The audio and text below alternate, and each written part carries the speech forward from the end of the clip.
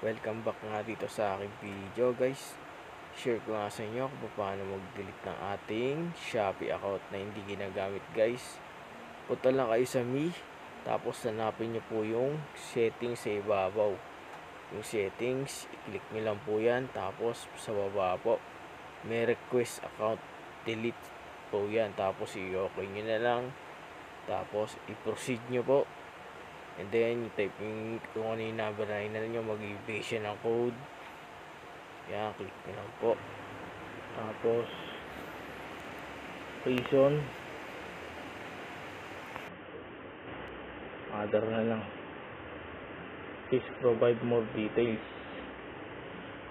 My account